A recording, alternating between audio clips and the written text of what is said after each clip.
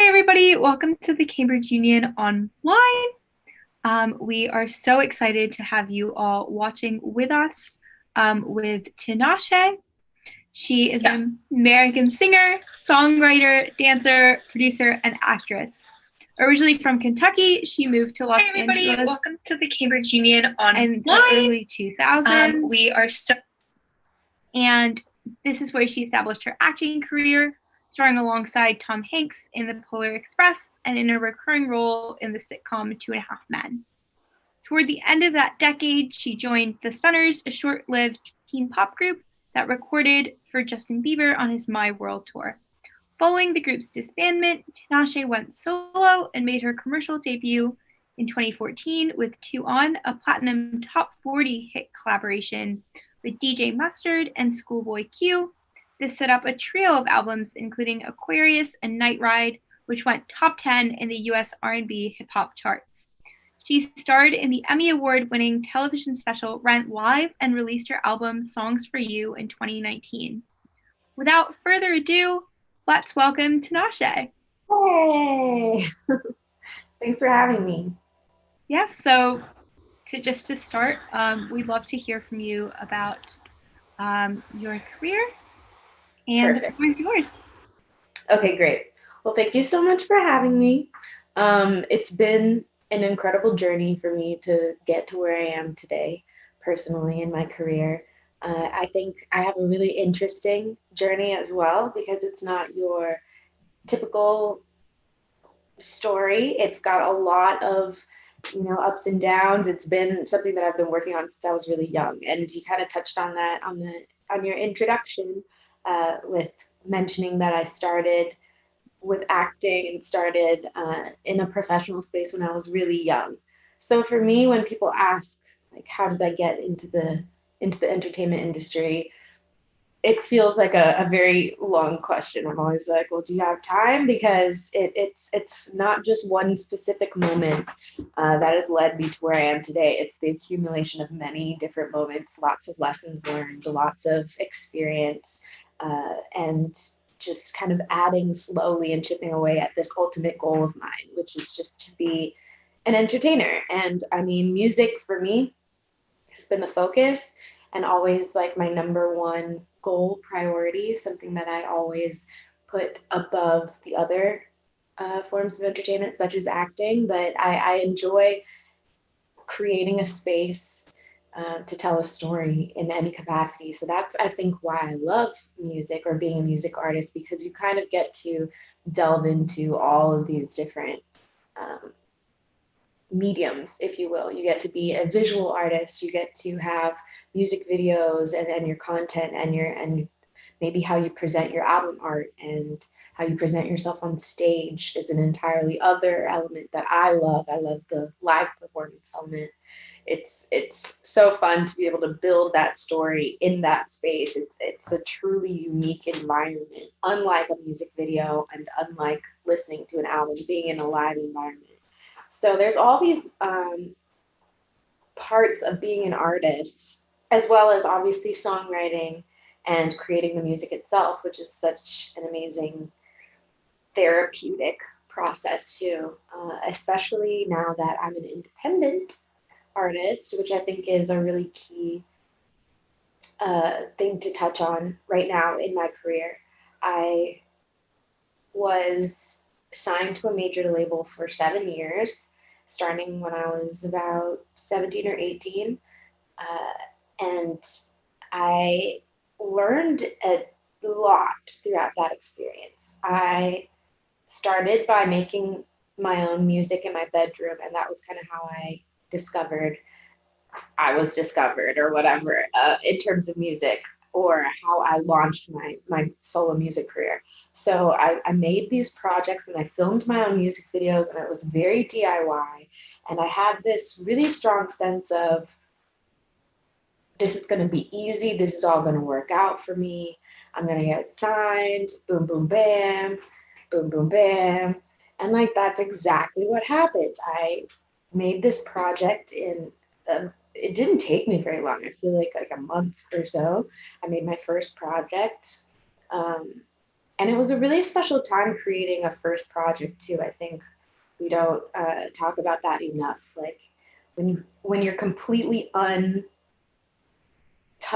by outside forces and other people's opinions, and you're just making something that's super raw, and no one has expectations for you, no one has put anything in your ear. That first kind of burst of creative energy is so special, and you can never get it back. So I always kind of look at my first projects, very lovingly, like, oh, that was such a beautiful time in my creative process. But anyways, I'm getting a little off track. So I started by making these things completely on my own. And I think my lawyer at the time was who had taken me to these different record labels with this project that I'd already made. And we played it for them. And I remember going into RCA, which was who I signed with. And I played them the mixtape songs, and I like performed them, as I was like playing them, because like that's what I do. And I remember one song in particular was "My High," which was like one of my favorites on the mixtape. They asked me to perform it again. They asked me to do it twice because they just like were so into it, and I would just remember being like, okay, they get it, like they get me, they understand my vibe, they understand what I'm going for. And that's like really ironic because that ended up being a problem later on in my relationship with this record label. But again, just to kind of go in an order, I signed, or I remember I said to the people in the room, it was like the CEO and the CFO and a few others, and I said to them, like the head of A&R, and I said to them, I'm going to do this with you or without you, so y'all can get on board or not.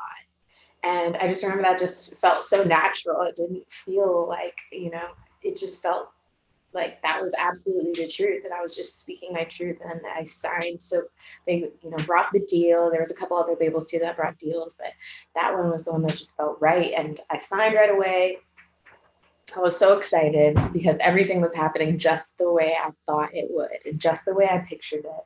And everything that I had kind of planned for myself was finally happening. And that led to an interesting time period where over the next year, I guess that was around 2012 that I signed. My album came out in 2014. So over the next year and a half or so, I was working on my debut album with this label. And that was the first time that I started collaborating with other producers, other writers, and I left my bedroom studio, my home studio space where I'd made these mixtapes, and I started working with like the big names because I had this record label kind of helping me to get these connections. And that was super exciting, of course, because these people are iconic. People that were making hits, whether it was Mustard, DJ Mustard, or it was Michael Made It, or it was like Tricky Stewart, or like who else was I working with? I was just in the room with all these amazing people, Stuart Matthew Min, Deb Hines. I was in the studio, and that was really amazing for me as an experience. But looking back on it, I think I have an entirely different perspective on it. I would have obviously done things differently in those situations, and I think that just comes from experience. So I can't really knock myself because I never put myself in that situation before. But when I went into these creative spaces, first of all, it was just me, and I'm like 17, 18, a little older by now, 19 or 20, in the studio by myself with all of these older, more experienced, 99% of the time men, if not 100% of the time, men who had made hits before.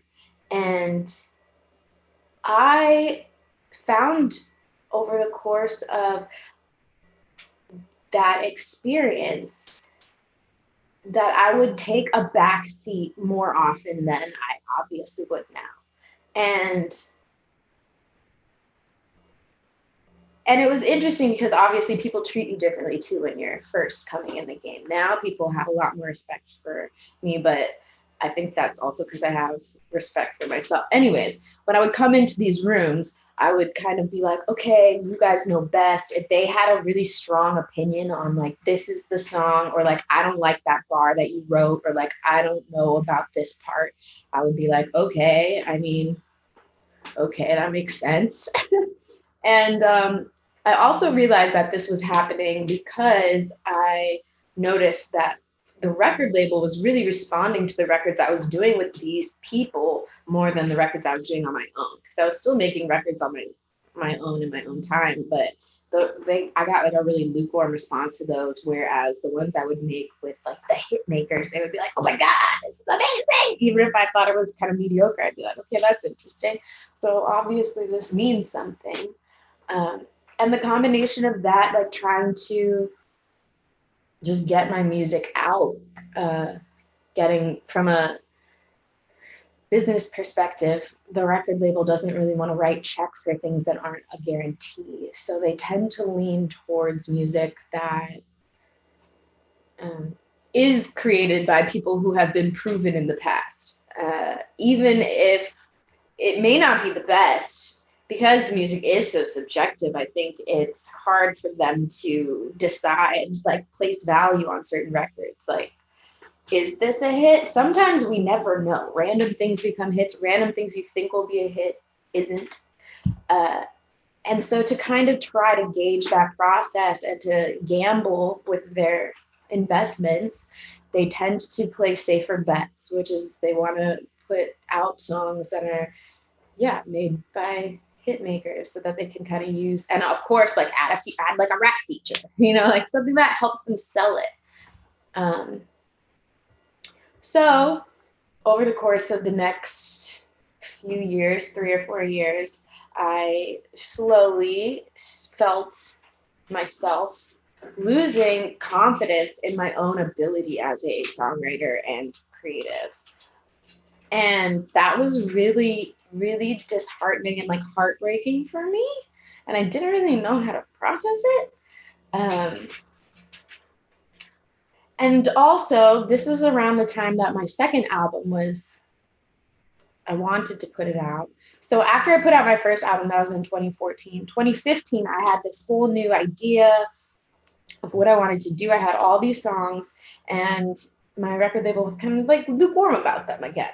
And so I was like, okay, well, I was kind of into these, I don't know. So we put out a number of singles that, again, were kind of produced by the hit makers that the record label was behind. So I did get them to kind of push a few singles because I just wanted to keep the momentum up. It's been a year. It's been, some time. I need to release more music. We need more content. And those singles, they kind of fell flat to a certain extent, or they didn't kind of reach the expectations that the label had set. And that led to a big problem in terms of the creative. That was when it became like, okay, so the records that we thought were the records weren't the records. And we ended up like pretty much scrapping everything that we'd been working on at that point, which to me was very disheartening because I was just kind of confused about like which direction I should take. Should I continue to try to follow this path of releasing songs that, the label is getting behind, but feel maybe a little bit disingenuous, and maybe that's why they're not connecting? Or do I kind of get back in my creative bag and really just get back in my songwriter bag and my DIY bag? And that's what I decided to do. So in like 2015 or beginning of 2016, I made an entire project, or I continued the project I was working on and made this entire side project called Night Ride. And that felt really like me at the time. I was super excited about it. And I was really interested to find that my label was, again, not so into it. It didn't really have the hits that maybe some of that we were looking for. And it got a very, very lukewarm presentation to the world. It didn't really get any promotion. It really wasn't on any playlists. It felt like a consolation prize to me. I think specifically even there was discussions that it doesn't count as an album in terms of one of my contracts. It was just like a mixtape. Like they were kind of throwing me a bone, which again was very disheartening and kind of messed with my head because I was into this project that I put all this effort into and like got back doing what felt right to me. And I felt like there was absolutely no support from it on a business standpoint. So I was like, well, that doesn't work. If I do what I want, they don't support it. So what am I supposed to do? And that led to an interesting like low point in our relationship where I just didn't know what to do. And I was making records and I had this album now that I'd wanted to put out for 2 years. And I had a tour that I was supposed to go on that I canceled because the album didn't come out and it was embarrassing. And I just was like, fuck it. And I eventually got it out. And by the time I finally got the album out, like 4 years later, I looked at my team and I said, this is not working. this is just not, something isn't right. And I think we all can see that, and we all deserve the chance to have success. And I think that we should switch it up. We should change. We should go our separate ways, maybe part ways. And I was really pleased to find out that they were very amicable about that split. They didn't like shelve me or hold me hostage. And I do have a lot of support from that label still. Like personally, there's a lot of people there that are still rooting for me and want me to win. And that means a lot to me. But from a business standpoint, it just felt like we weren't connecting the dots correctly. And as well as from on my management side, I made this change. I've been with my manager for 7 years. I changed my entire team. I felt like I needed a refresh, a brand new outlook. And that was when I decided to be independent. And I left RCA. I left the major label system and I went back into my home studio and created a new album, which was Songs for You, which I released last year independently. And it's been really incredible to see how that experience has been, because from a creative standpoint, I'm so much more fulfilled, just feeling like I can do whatever I want in terms of when I release, what I release, what my music videos look like. So those things are so exciting, but it's really interesting as well because it's really hard to be an independent artist, like very, very difficult, much more difficult than having the major label machine behind you. You don't have the budgets, you don't have the promo team, the marketing team, the people getting you on playlists, the people getting you on TV or radio shows and performances. And so it's an interesting chapter of my career to navigate now, being an independent artist. But I'm excited to see what happens next. I'm really optimistic because I think I'm in a unique place where I've built the fan base and I have the experience of these years in the major label system and a lot of respect from my peers. So I'm really able to still create the kind of music and art that is ultimately fulfilling for me. And that's the most important thing at the end of the day. And then I have faith that everything, I guess, will work itself out, or like the perfect situation will come along and it'll just make sense. But I'm not overthinking it. I'm just creating. And that's where I'm at now. And that's what I got. Thank you so much, Tinashe. I have a few questions. The first is about how you feel like your sound has evolved throughout your career. So from when you were starting to Night Ride and Joyride and now Songs for You, what's coming next? Is there something you can point to as how you Well, I think one thing about me and my sound is it's always had some type of range. It's never felt like it all was one thing. And I think that is a testament to how I see myself as an artist. I don't find myself as someone that you can easily box in from a genre or a visual perspective. I like to try a lot of different things. I like to be a little of this, a little of that. And I do think that sometimes people can have the criticism that that is maybe discombobulated, but for me, it makes sense because it just feels natural to who I am. So I think my music,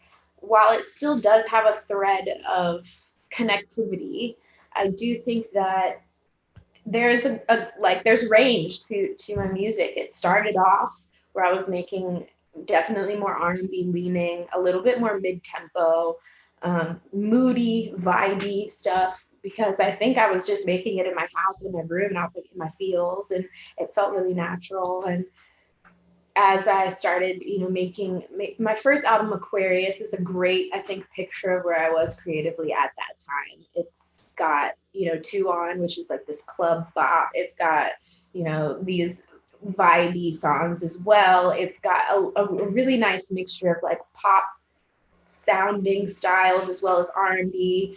And yeah, I think that's a great example of who I am as an artist. And as that kind of progressed from there, I realized I wanted to have energy on my live shows. And that was a really big point of starting to create music that was a little bit faster and a little bit more up-tempo because I wanted to dance. I wanted to be on stage with the energy. I didn't want to just be like in a vibey, like everyone's chilling and, shoes off. Like that wasn't what I wanted to do on stage. So I started making a little bit more energetic music and as well, obviously, anytime you have a record label, they're always like fast songs or hits or whatever. There's this weird misconception that like you have to make up-tempo songs for them to like be on the radio or something. So that played a part as well. And I think, then Joyride was an interesting era, which then evolved into Songs for You, which is a great, again, I think they're all really interesting, like snapshots of where I am at the time. A really diverse, there's some hip hop elements on Songs for You. There's some dance elements. I was experimenting with, some different styles. And in the future, I'm continuing to push it forward. And interestingly enough, like during the quarantine, I've really wanted to make fast songs as well. Like, I think I wanted to not make depressing, sad, sleepy music. So a lot of the things that I've been working on this year have been fast, like double time, and a lot of things that still make you want to dance and like have that happiness. And yeah, so it's just interesting because each project really reflects, I think, the era. Yeah, on that, about each process, like reflecting a different era, has your songwriting process changed from when you started? Like, talk me through how you would write a song now and how you would used to write a song. It hasn't changed too much, actually. It just may be the environment that I write them in. I used to, I had my studio in my bedroom at my parents' house. So I would write my songs a lot in the car because it was like the time that I could be in my own space and like no one, was worried about how loud or quiet I was. So I would take my laptop and I would like set up photo booth and I'd like record like just audio. And then I would drive around and like listen to like a new pack of beats or something, or some beats that people had sent me online. And I would just like start singing and freestyling. And I would record myself freestyling. Then I'd go home and listen to those audio recordings. And then I'd be like, oh, I really liked that one, or I really liked that part, or I said something cool. And then I'd like decipher the lyrics and then I would record them in my room. So that was an era. For a long time I would write songs like in my car. And then when I got my own space and built a studio in my house, that is my house, I upgraded to an engineer. So now I have someone who can, record my vocals for me, which makes the process just honestly just twice as fast and efficient. because it's one thing to like go and record yourself and you got to go back and stop it and then like fix it and do all the things. But when you don't have to do that, you just sing and then you're like, can you put, and they're like, they just do it real quick, boom, bam. It makes it really efficient. So the creative process can honestly go even smoother because you're not waiting on like technical things. So now I have an engineer, so that process isn't split up anymore. Now I do my little like listening to the beat and vibing and freestyling in the studio. I'll record myself listening to the beat, just see what comes out. And then with my engineer, we listen back to all the takes and like I'll pick a part that I really like of this take, or I really like this part of this take. We kind of Frankenstein it, put it together, and then I'll write lyrics. Sometimes there's already lyrics, like sometimes I've already said stuff, sometimes just gibberish, and I'm just like, and then I have to like decipher what I said or kind of, rewrite it. And yeah, so that's how I do it now. So that's the then to now. Awesome. Switching gears a little bit, who do you think would be your dream artist to collaborate with that you haven't yet, and why? I always say Andre 3000, just because he's like a legend and that would be amazing. Yeah, and I think we'd come up with something really special. But also, I'm gonna say like Frank Ocean would be amazing. The Weeknd, I think me and The Weeknd would make something really dope, some fire stuff together. So I'm gonna say those two right now. Awesome. And you've spoken about today and before about how you feel like genres are outdated. Do you think that like genres have become more fluid, like more recently? Has this changed? Do you think it's going to change? I think artists are more fluid with genres, but I don't think that the pillars that kind of uphold the genres have evolved enough. For example, it used to be that radio was the thing that would kind of segregate or separate artists, like who would hear which songs. So the pop radio stations had way more listeners. Anybody that was on a pop radio station was probably higher up on the Billboard chart than someone who was, say, on an urban station or one of the more niche genre stations, like a dance radio station or, something like that. So that really used to be the determining factor of how we would split things up, because and also obviously with CDs and where people would go to buy things and actually keeping things physically separated in genres. But now I think the new way to do that is by streaming services making playlists that are genre based. And I think that just kind of leads to the same issues and the same problems, as well as award shows. They haven't really evolved at all in terms of how we look at genres or how we classify artists. So I hope that artists continue to kind of push back on those boundaries and continue to make songs and music that don't fit into their said category, because it's more fun that way. It's just exciting and like it's better to just not feel like you only can make one type of thing because that's what people expect from you. Yeah, for sure. Given that that was one of the reasons that you became independent, could you talk us through like some of the major setbacks you had when you started out as independent and the freedom that you feel like it's given you? Yeah, I mean, it's one of the things that I felt I regained as an independent artist was the sense of genre-less, the sense of freedom in how I went about creating things and not feeling like I was trying to make a hit or trying to make something that sounded like this or that. And having that freedom is a much better place to be psychologically as a creative, because you put out better product, I think. So that was really exciting, becoming an independent artist. But I do think in terms of the struggles it has been interesting to realize that it is still hard. There are still these kind of barriers, these gatekeepers, if you will, at streaming services that curate these particular playlists that are like, say, the playlist.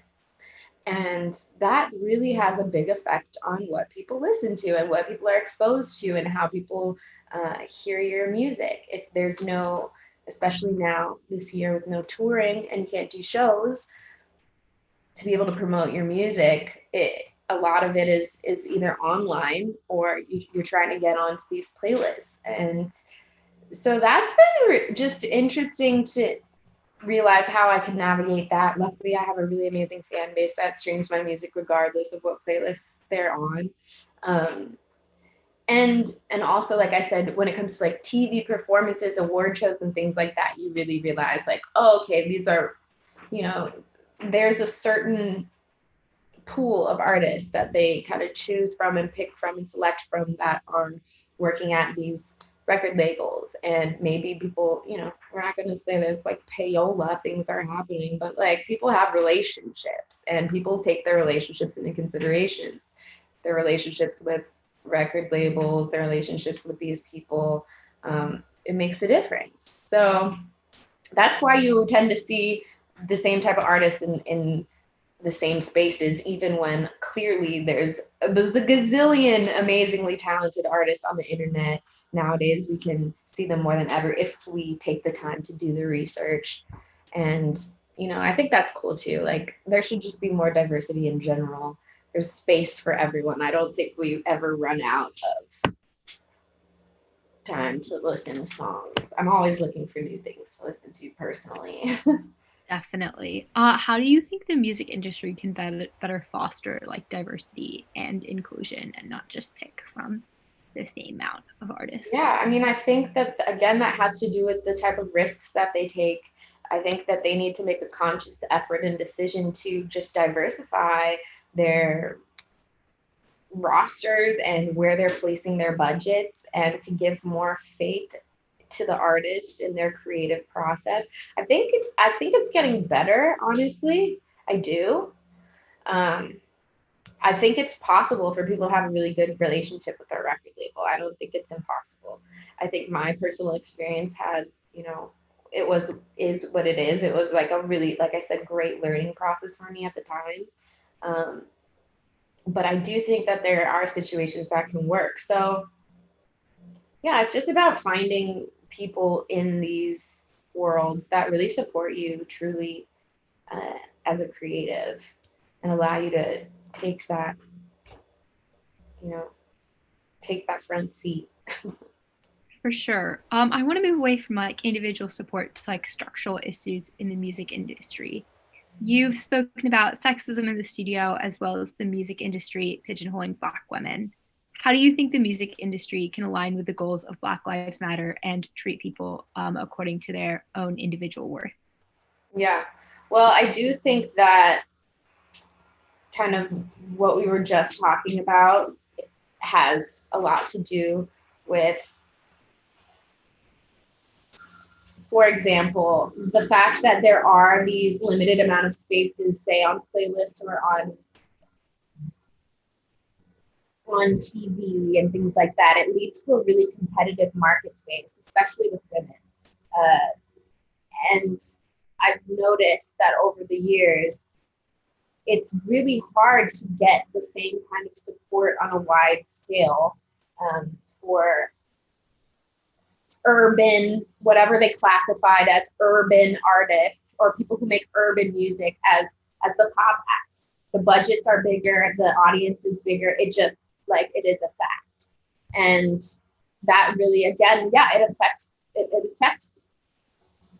I think, what we see and the output of and how people are, gauged in society when we're in such a numbers-based society, for example.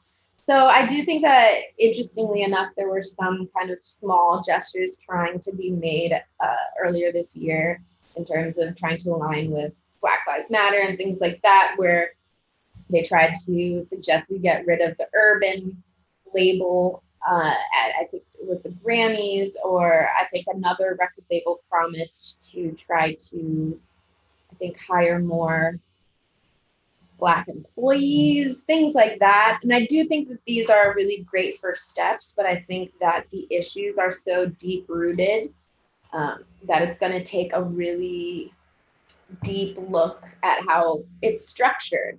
Because in my experience, the pop department and the urban department were honestly functioning as separate entities.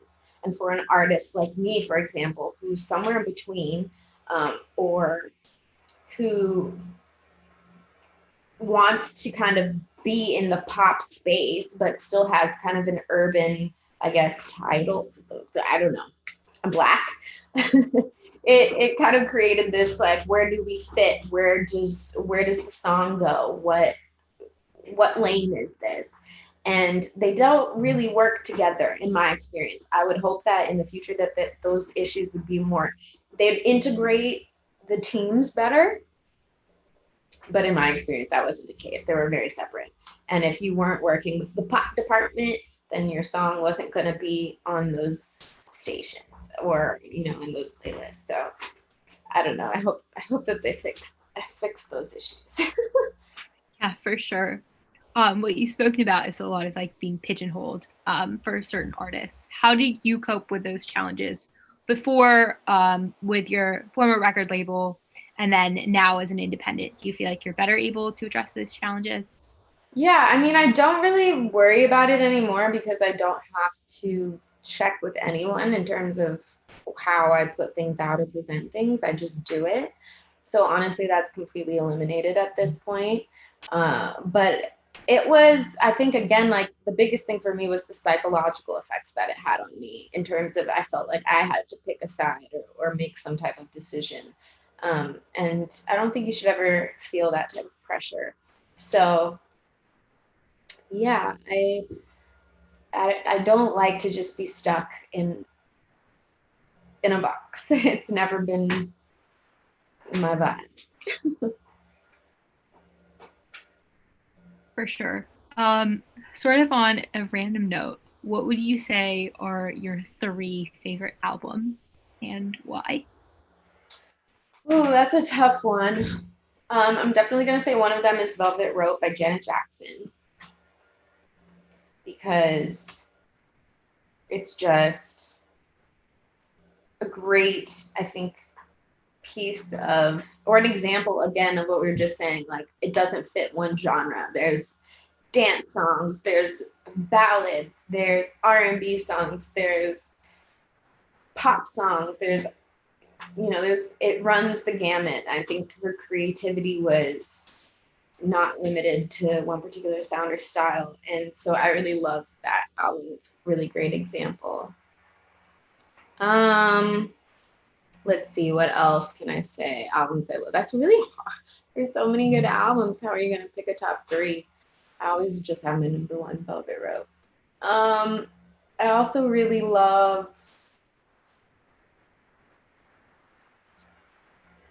I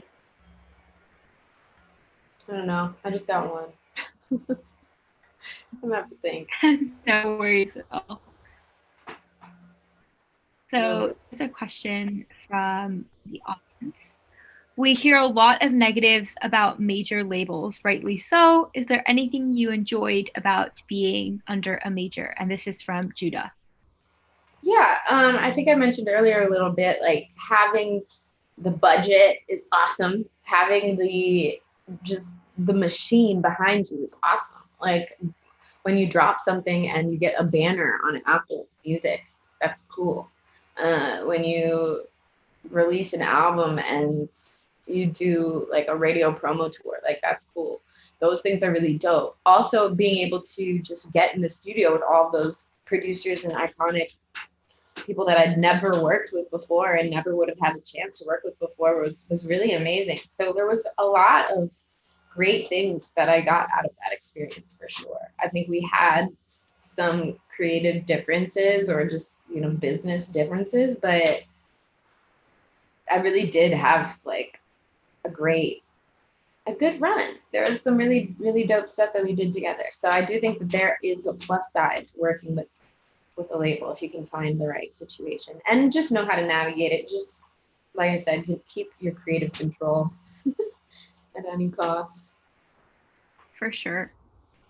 And do you prefer live performances or recording in the studio? Talk me through your favorite parts of both of each. There's things that I like about each. And honestly, maybe I would say I like each better at different times because I can't imagine myself only recording all the time my whole life. And I also can't picture myself only touring my whole life. You need that balance of being able to get your thoughts and emotions out and have that release and to create this stuff that you're excited about and passionate about. But then it's also really important to then present that piece to an audience and to perform it and to promote it and to connect with people and see firsthand how that art then affects people and connects with people. And I think that then gives you energy to go back into the studio and create with a different appreciation or perspective when it comes to how you make your stuff, because you're like, oh yeah, all these other people can feel it too. And yeah, it gives you energy. So I think it's really important to be able to do both. I can't pick one or the other, but I really like performing though. But that's also because I haven't done a show in all year. So I'm just saying that right now. Quarantine, I love performing so much. But once you're on tour for a whole year straight too, you're also like, you just get me back in the studio, please. So yeah. And are there any particular performances that you've done that really stood out to you when you were recording in the studio? Wait, what do you mean? You talked about how feeling the energy of the crowd really informed making music afterwards. Yeah. Are there any particular performances that you've done that really made you I mean, I think it's the ones that are just so high energy, so energetic, where everyone is on their feet the whole time screaming the words and singing the words, that when you take it back to the studio, you start thinking about okay, what are they going to want to sing along to? And then there will be particular moments where you're like, that's going to be a line.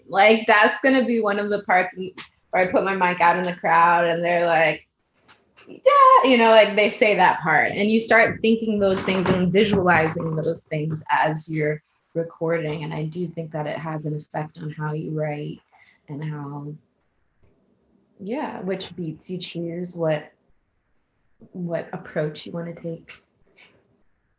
For sure. Do you see, obviously because coronavirus, things are limited and quarantine, but do you see a new album? Do you see more performing in the future?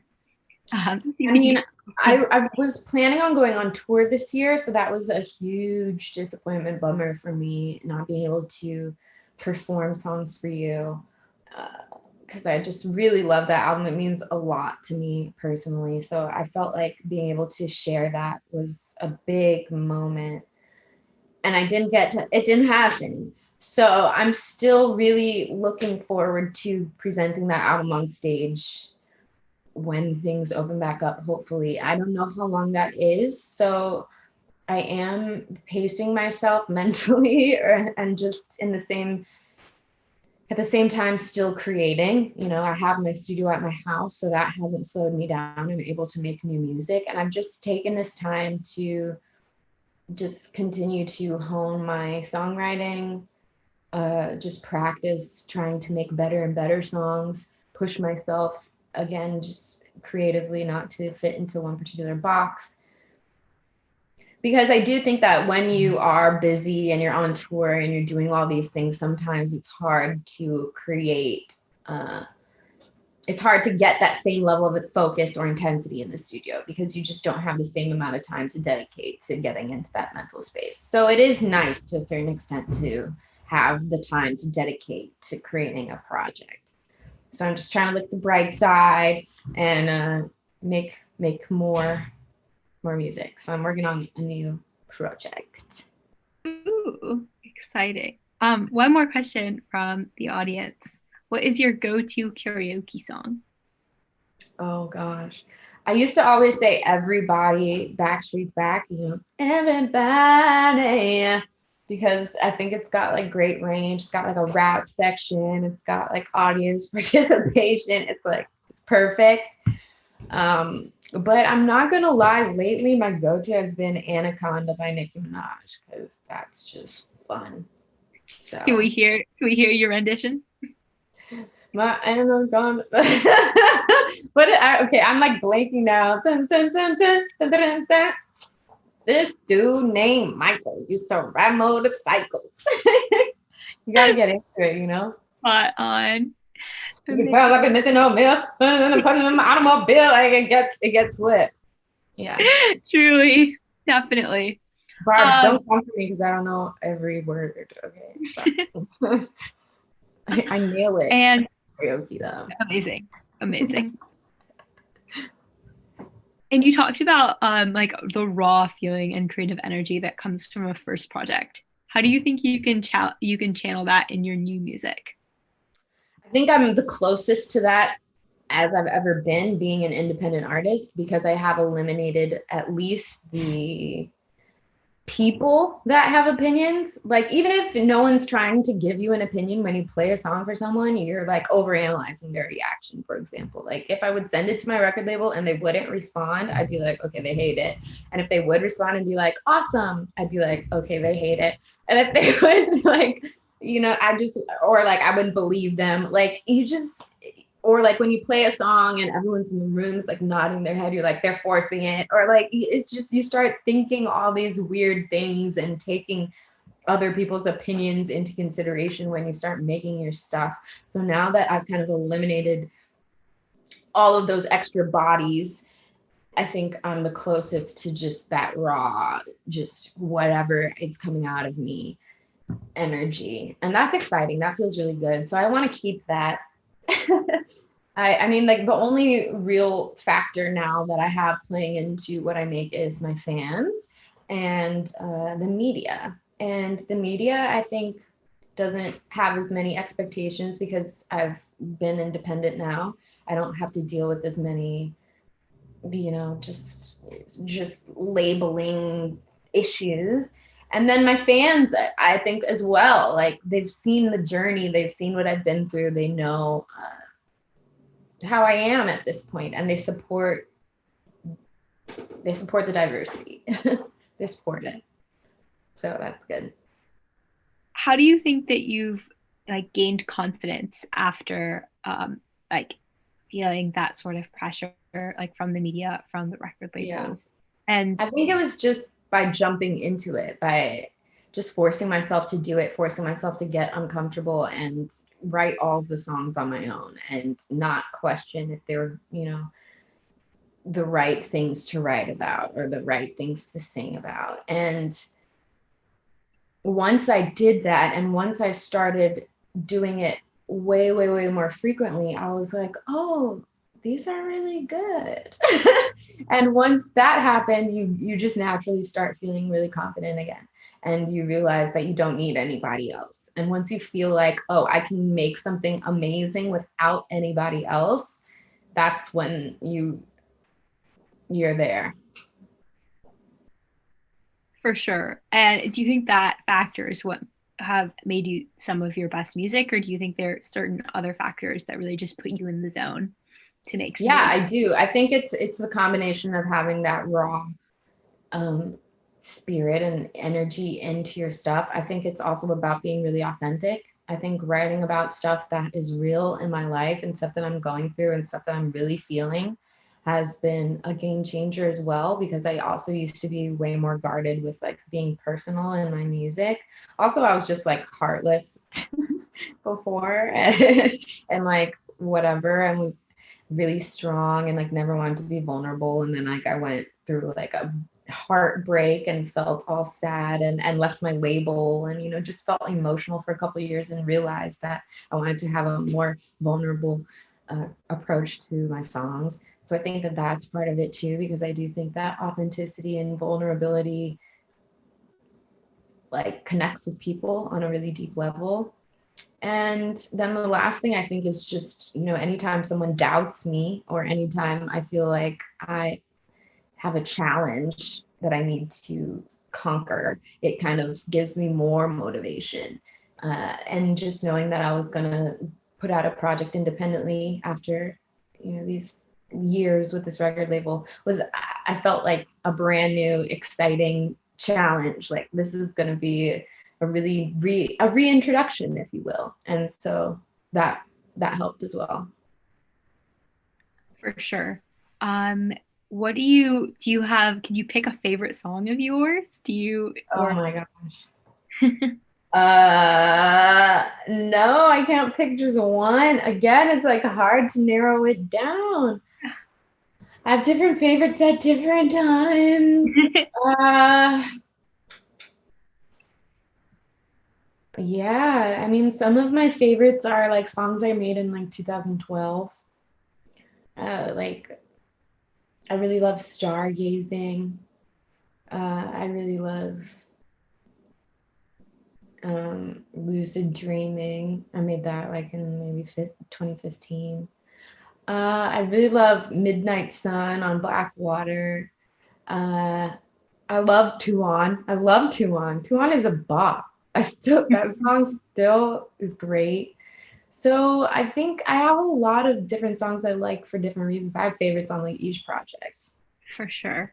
Mm-hmm. And what do you think? You talked a lot about like your changing definitions of success when you were chatting. How do you think those have changed, whether it's regarding your songs you put out, the performances, or anything else? I mean, I think obviously there's ways that we measure success in music, from charts to, you know, numbers of views on a song, or now there's even like monthly plays. And I think that all of those things are really easy ways to monetize or to look at your success. And that's great. And it's awesome to have like all of those things working for you. That's amazing. And I used to really want more of that. And it would bother me that I wouldn't have the audience that I wanted. Even when maybe now looking back on it, I like had it all, you know, like I had the performances, I had the radio support, I was like doing it, but at the time it was never enough. And I think it's really easy in a numbers-based world for them to never be enough. If you're making hits and they're not number one hits, then, you know, it's a failure. And I think that that's a really slippery slope.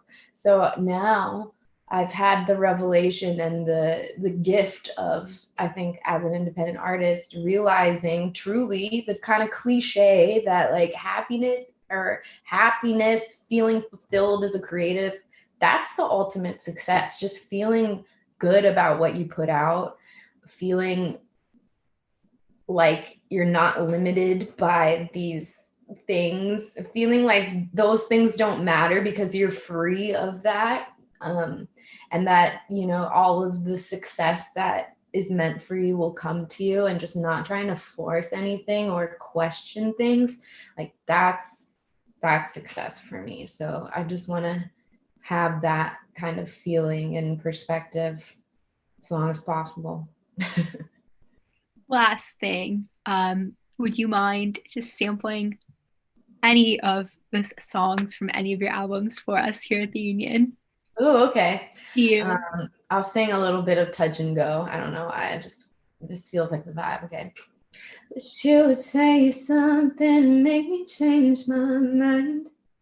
Got me feeling like somebody else. I've been so patient with you, but you won't act right. And I'm tired of sleeping by myself. What is way on? Something is wrong. Show me you want me to.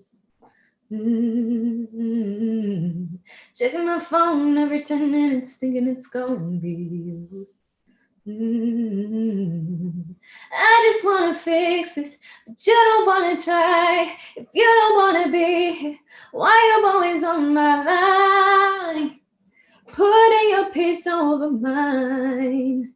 Meet me in the middle. Touch and go. Baby, I'm too emotional.